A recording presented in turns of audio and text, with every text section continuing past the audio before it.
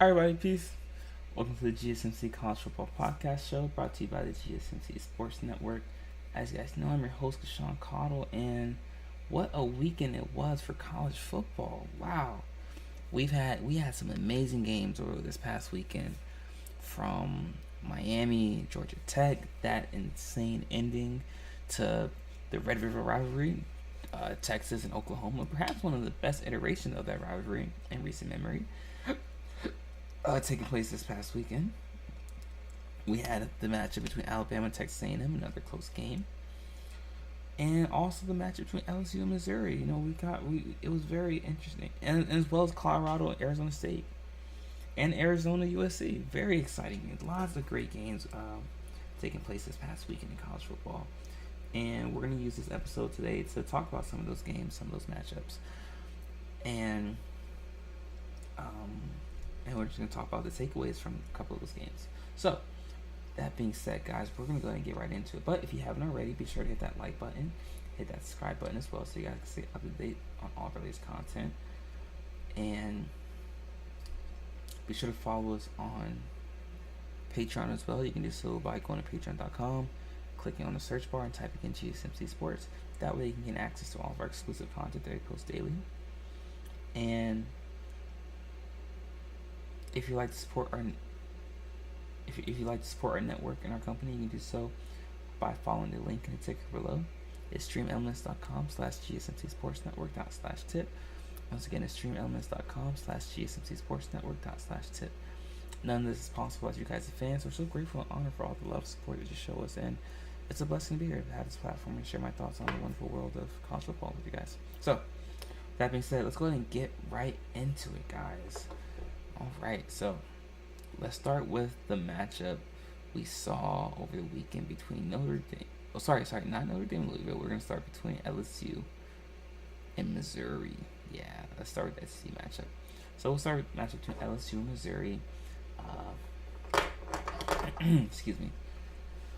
SEC matchup between at the time, LSU ranked 22nd and Missouri was ranked number 23. And if you remember, guys, during our preview matchup, we actually talked about how this was going to be a high-scoring game. This was going to be a high-scoring game because LSU's secondary has been struggling all year, surprisingly, and Missouri's defense hasn't played an offense as good as LSU's offense. So I feel like we thought that this would be a matchup for a high-scoring game. Perfect formula for one, right? And we were absolutely right, because if we check the scores,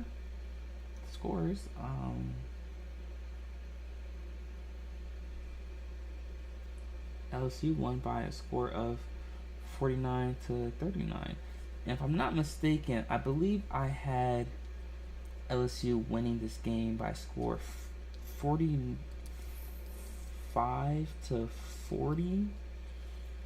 If I'm wrong with that one, if you guys correct me, but I believe it was 45-40, but I had LSU winning this game, and I had LSU getting a final stop against Missouri to close out the game, and that's exactly what happened.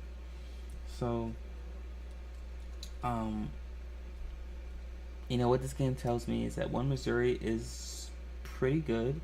They might be able to give Georgia a little bit of a test when they square off against each other, but also tells me that LSU has some things to work on defensively, but also LSU's offense is extremely explosive, led by Jaden Daniels, who during the game went 15-21 for 259 yards and 3 touchdowns.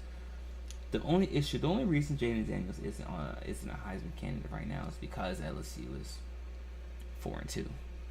But if they're 5-1, I believe Jaden Daniels is a Heisman candidate. But they suffered that loss to Ole Miss last weekend and all but eliminated themselves from the college football playoff. But I'm very excited to see when LSU matches up with Alabama and what that looks like. Almost two teams that are polar opposite in their builds and the way they've been playing this year in terms of what has been successful for them. But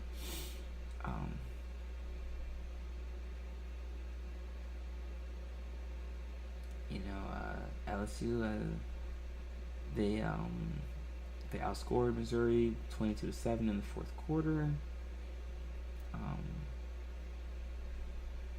and Missouri's going to be a team to watch out for next season.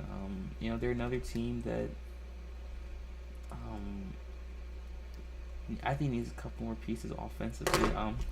I think the reason they were able to score so much because LSU's defense is just really bad, really atrocious.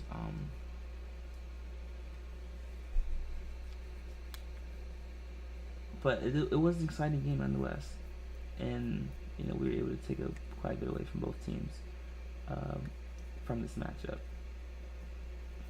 This matchup doesn't really have much playoff implications, but very interesting uh, implications in the SEC in terms of how Georgia can fare against. How Missouri will fare against Georgia when they square off against each other, and how LSU will fare against Alabama when they square off against each other later on in the season. Very interesting, um,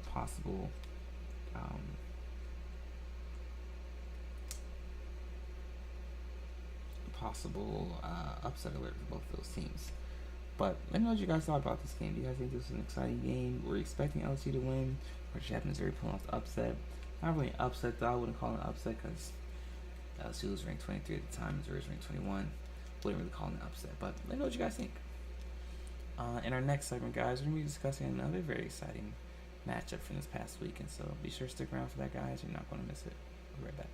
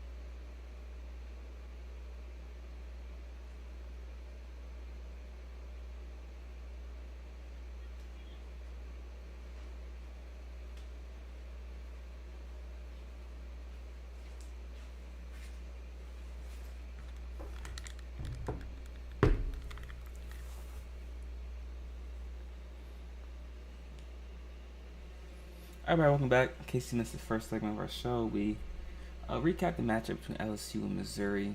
Very exciting matchup it was right there. And in this segment, guys, we're going to be reviewing the Red River rivalry matchup between Texas and Oklahoma. You could argue it was the most exciting game of the weekend. This game obviously had a lot of playoff implications. And it was a back and forth game throughout. Started off with a couple turnovers, a lot of big plays by special teams on both ends. As the game wound down, Texas managed to grab the lead, but allowed Oklahoma to drive down the field due to a couple big passing plays allowed, as well as a pass interference, a questionable pass interference call. Allowed Oklahoma to drive down the field and score the game-winning touchdown with 15 seconds left, winning by a score of 34-30. And I was off on this prediction. I was pretty wrong about this one. I had Texas winning this game by more than one possession because I wasn't sold on Oklahoma at the time, and Oklahoma proved to be much more physical than I expected them to be. But Texas disappointed me because of their execution and their lack of focus. They give a lot of turnovers, or they give a lot of big plays, but also they didn't look crisp. They didn't look the way they looked against Alabama. And one thing that had set Texas apart from other teams in the Big 12 was their physicality, especially in the trenches. But they didn't have that focus and that physicality against Oklahoma. And to Oklahoma's credit, they are much more physical than I expected them to be, and they were able to impose the same will or same physicality on Texas that Texas was doing to other teams that had placed earlier this season. But turnovers was, if I'm not mistaken, Quinn Ewers had 2 interceptions, and then I know they had another turnover as well. So Texas had at least 3 turnovers. And Oklahoma, I believe, scored on all 3 of those turnovers. So we have to take that into account as well. Something that Texas had did a great job of at this point in the season was limiting turnovers and not putting the ball in harm's way, but that was something that they struggled with today, or this past game. So Oklahoma now jumps all the way up to number 5, and Texas drops down to number 10. But could this be a rematch for the Big 12 Conference Championship? If I'm not mistaken, Texas will now need West Virginia to lose a game, if I'm not mistaken. If I'm wrong on that one, you guys correct me. But Texas will need help to get into the conference championship. And now all but for certainly means that Texas will need to win the Big 12 conference championship just to be considered. In terms of consideration for making a college football playoff. Listen, this is going to be the tightest college football playoff race that we've ever seen since implication. Tighter than the 2016 race, tighter than the 2017 race. Listen, there are going to be a lot of upset fans, because you could very well not have a conference champion make the college football playoff this year that's undefeated or has 1 loss due to the fact of the Pac-12 being so dominant. So we will have to see where that goes. But very excited, or very impressed by Oklahoma. And Dylan Gabriel, he looked really impressive. Remind me of Steve Young, left-handed, pretty crafty in the pocket. Good job extending the play. But what concerned me with Oklahoma was their defense, and their defense still is a cause for concern. But I think this was more bad Texas. Oklahoma played phenomenal, but Texas played just as bad. As good as Oklahoma played, Texas played just as bad. And if I was a betting man, I don't think this would be the same outcome if they were to match up again in the Big 12 Conference Championship. But let me know what you guys think. Do you think this is more Oklahoma, but good Oklahoma, or was it bad Texas, or what was it? Let me know what you guys think in the chat room. Let me know your thoughts and opinions. But in our next segment, guys, we're going to be discussing another SEC matchup between Alabama and Texas A&M that also almost unnecessarily went down to the wire, but we're going to discuss all that, so be sure to stick around. You're not going to miss it. We'll be right back.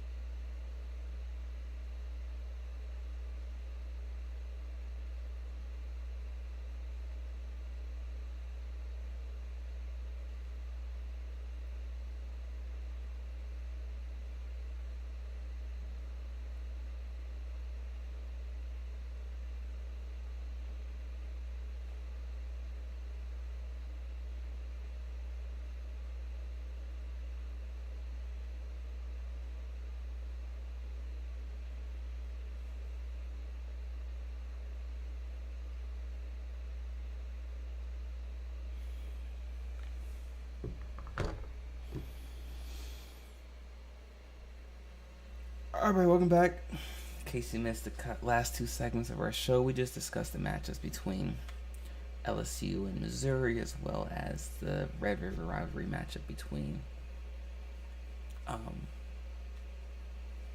Texas and Oklahoma. But now we're gonna go discuss an SEC matchup between Alabama and Texas A&M. Guys, when I did the preview for this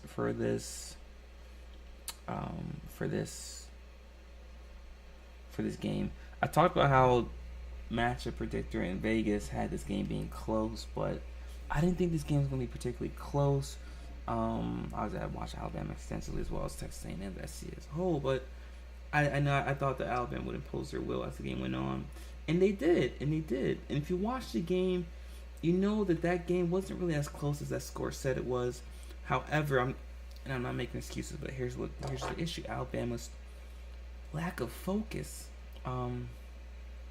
They had 13 penalties, which is the third most by a Nick Saban team.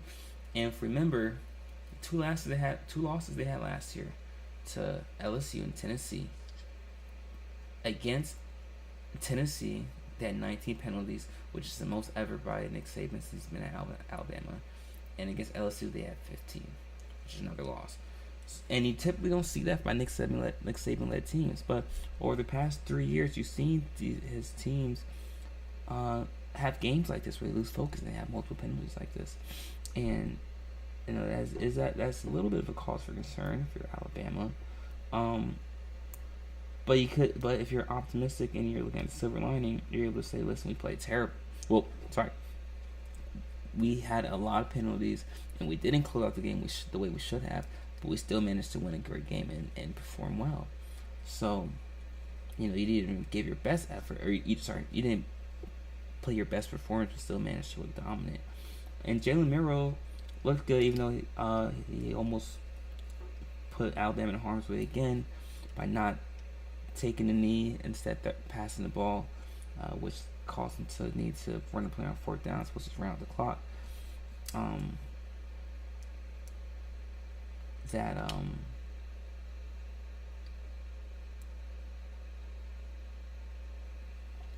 Aside from that blunder, he looked good. He had 3 touchdowns, 1 interception, and the defense, obviously Alabama, looks tremendous, looks phenomenal. Like I continue to say, that defense is continuing to improve every weekend, and they're missing their starting linebacker as well. And they lost their punter during the game. Will Reichert, who's their place kicker, who you could argue is the best kicker in the country, stepped in and did duties for his punting. So he was passable in that as well. But thinking about that, all of that playing a factor, it's Alabama won, and even with all the mishaps, they still managed to win convincingly, and that says a lot about Alabama's growth, if you ask me. So, Alabama's finding their rhythm, they're continuing to improve, and they've got Mississippi State this weekend,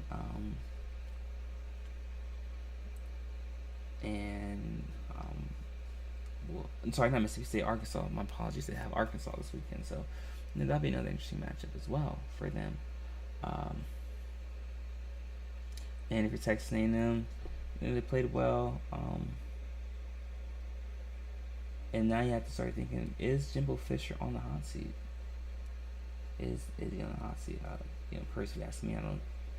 I don't think so. But there will be some people that will start clamoring for him to be on the hot seat. So, we'll have to be on the lookout for that. But with that being said, guys, we're going to take a quick break. And in our next segment, we're going to be discussing another interesting matchup, very exciting matchup. One that unfortunately didn't get right in the previous show, but I should have gone my gut on this. But be sure to stick around, guys. We're going to cover it. We'll be right back.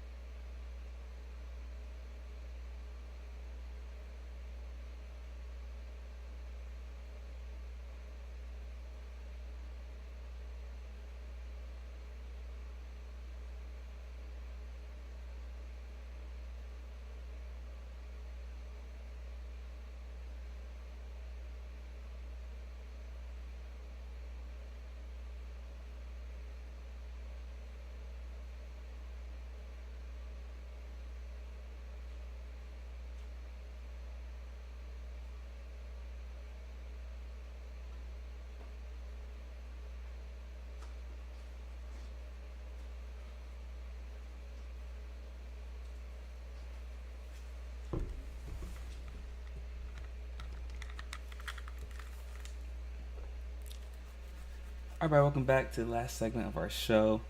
In case you missed it, we just have been reviewing the top games of the week.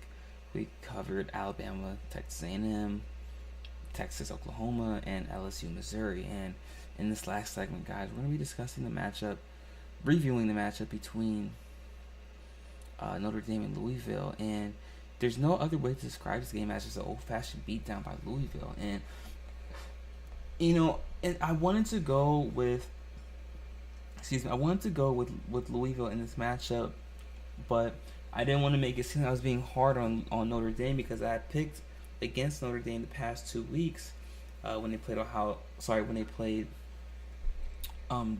Duke, and obviously when they lost to Ohio State, I picked that one, but. I didn't want to pick them to lose 3 weeks in a row. I just felt like I was being harder, and honestly, I went on almost spent an entire segment speaking about how they're constantly overrated by the 8 people in the committee. But I should just went with my gut because I was right. Listen, Notre Dame had not faced an offense as good as Louisville's all season. So I'm not sold on Ohio State at all, and Louisville's defense had been pretty consistent all year, and everything we talked about came to fruition, man. We talked about how Notre Dame struggles offensively. We saw they struggled offensively throughout the entire game, and they didn't get into the red zone until late in the fourth quarter throughout the entire game. So obviously this loss completely eliminates Notre Dame from the college football playoff, and now they're back to the drawing board again. But I do think they're developing, but it's just hard to listen. It will be hard even with the NIL. It will still be difficult for Notre Dame to get guys because they're not in a conference. It'll be hard. And there's just no way around that. But Louisville looks good, and now you say in the ACC, okay, maybe now there's someone that can give Florida State a little bit of a challenge, so they run for their money in Louisville. So that'll be interesting to see how that matchup fares moving forward then between Louisville and Florida State when they match up against each other later on in the season. I'll actually be excited to watch that matchup. But, for me, this game didn't tell me anything that I didn't know already about Notre Dame. It told me a lot about Louisville. I just wish I would have went with my pick. My initial pick of Notre Dame over Louisville in this matchup. But let me know what you guys think. What did you guys think about this matchup right here? Were you expecting this? Was it bad Notre Dame, good Louisville, or just good Louisville overall, or what was the case right here? Share your thoughts in the chat room, guys. I'd love to hear all about it. But with that being said, guys, that's it for our show for today. Thank you so much for tuning in. It's been a wonderful episode. If you haven't already, be sure to hit that like button, hit the subscribe button as well, so you guys can stay updated on all of our latest content that we post daily. Be sure to follow us on Patreon as well. You can do so by by going to patreon.com, click on the search bar and typing in GSMC Sports. That way you can gain access to all of our exclusive content that we post daily. And if you'd like to support our network and our company, you can do so by following the link in the ticker below.